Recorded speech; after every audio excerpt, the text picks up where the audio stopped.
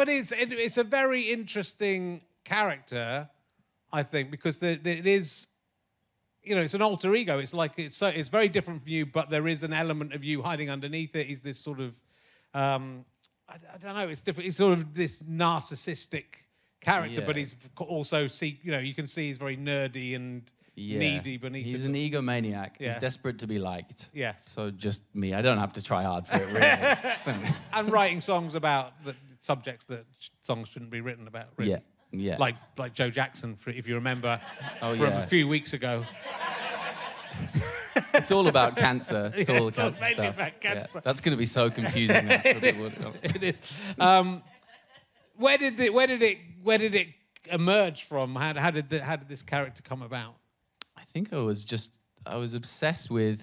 I got very obsessed with looking at old 70s magazines of these guys. You know, there's like extremely trim, very tight suits. Yeah. And there's lots of like looking to the side, very posely like this. And I just got fascinated by who these men were. I don't think I can understand who they were.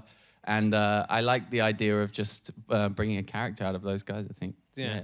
Is he sort of Scandinavian? He's got a sort of Scandinavian accent, is it? It's very Central Globe kind of accent. Yeah. I'm not sure. A lot of people say Australian. Some people say German. Some people say Scandinavian. Yeah.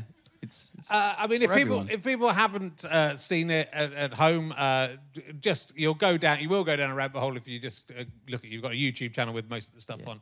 I mean, it was one of those things that just sort of, I guess, someone tweeted. I think the first one I saw was the "Oh My Broth" rock opera about.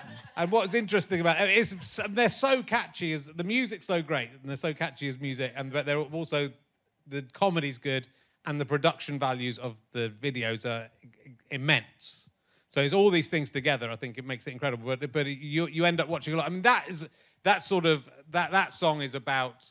I would imagine some spam email that you've actually received. Yeah. That you've set to music, which again, that could be. You know, that's a subject that people have done a lot of jokes about. But you managed to find a unique way to come at it, I guess. I found it fun. I had these 2 spam emails. You know, I'm going to get them all the time, these spam emails. And I got these 2 in quick succession.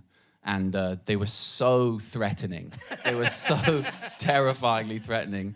And the thing that made me think this is going to make a fun song is that the tone of them was like a Disney supervillain. You know, it didn't open with like the first one opens Dear Henderson. The second one opens with, well, well, well.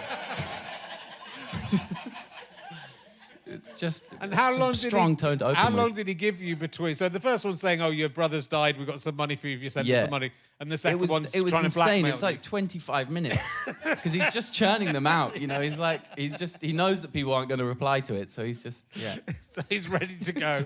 And, you know, some people might have been worried that there was a video of them pleasuring themselves, which is Oh, it made me anxious, for sure. What's out there? And your mum's already seen it, is the implication of the email.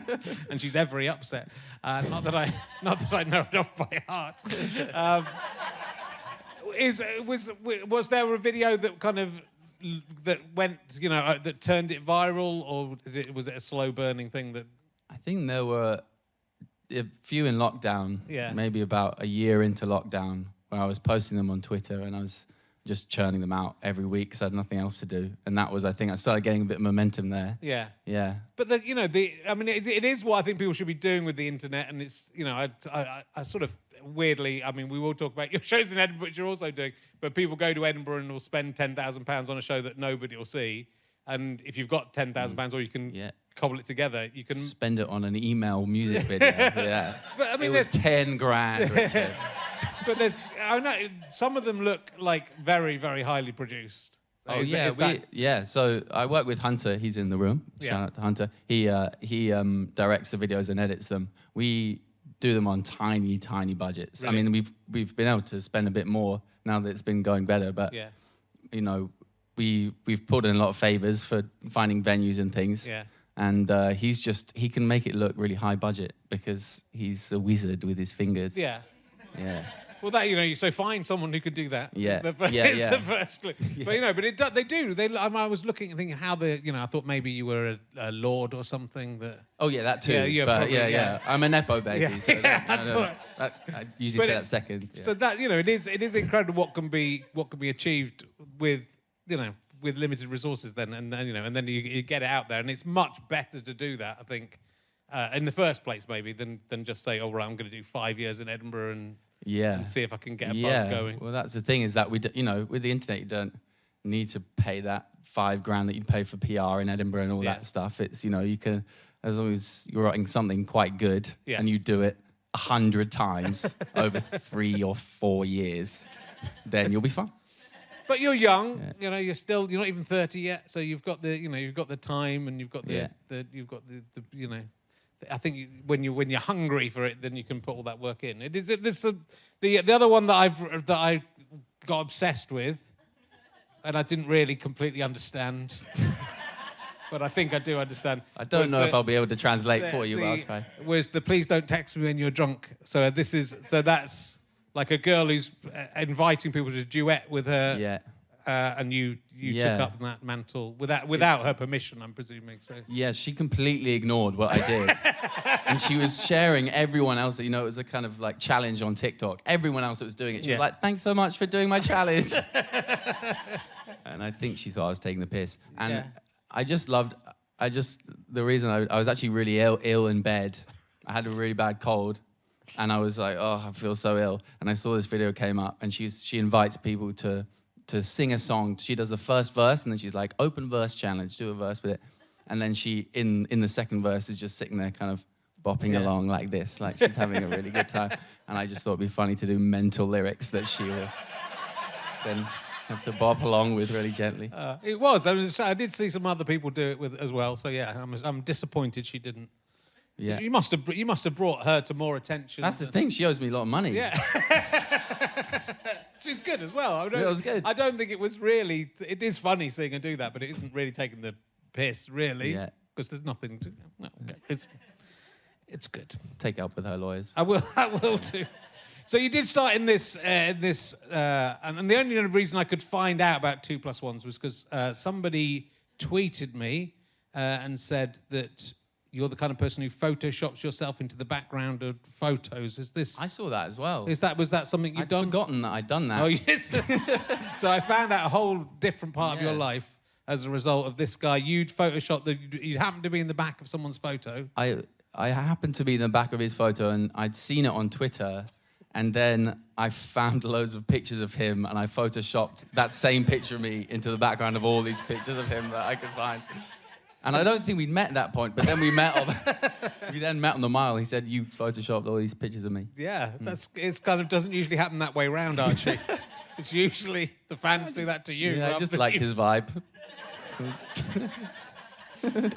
So you were in a sketch group, as you mentioned, called 2+1. Yeah, 2+1s. Yeah.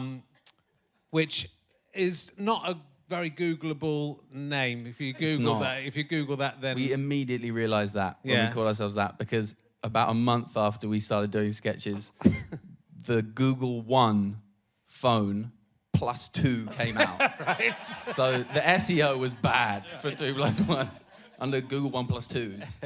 Yeah. So how you were working together for a few years though? You did like 2 or 3 shows together. Yeah. We did 2 shows together. We did stuff at uni together, and I still work with them sometimes. Yeah, they're great. How do they feel about the breakout success of Jazz Emu? I get them involved. Yeah. They've been in some videos. Luke was in the video we did recently, The Real Me. Yeah. Right. Yeah. But he's the teenage boy. Yes. That's controlling me from the future. Yeah, I love. See, that's we had mentioned this backstage, but I think that's probably is what's happening to us all. Maybe not from the future. That's crazy, but just right now. You've got a us, teenage boy inside you, just pulling I think levers. We just might be in a video game. Okay. And I think you're right that the things that happen to us are the kind of things that a teenager would orchestrate. Yeah, I went very hard on the pee jokes in that video because I thought it was funny. And Hunter, we were filming it, and we were on the 3rd pee segment. And he's like, very politely, you know, it's a little blue for Jazz Emu. But it's too late. Yeah, so it's a collaborative thing. Yeah. And you worked on it together, and that's interesting. You say that you're kind of deciding what the character would. It does feel like a very rich character, but like you say, it's quite hard to define though as well. Yeah, I think I've been figuring it out as I go along, definitely. And I hadn't done it live ever until last year. Yeah. And so that was a whole process of, well, how the hell I want to sing all these songs live, but it needs some kind of framework. I was afraid of committing to the character online in case I discovered 2 videos in that he was really annoying and no one wanted to see it, and people were just there for the songs. So I was a bit afraid of doing that, I think, for a while. Yeah. And so how was that transition from not live to live, you know, from the internet to doing it in front of an audience?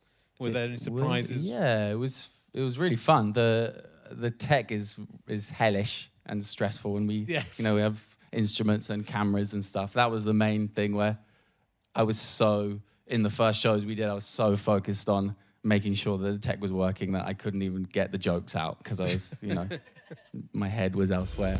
Yeah.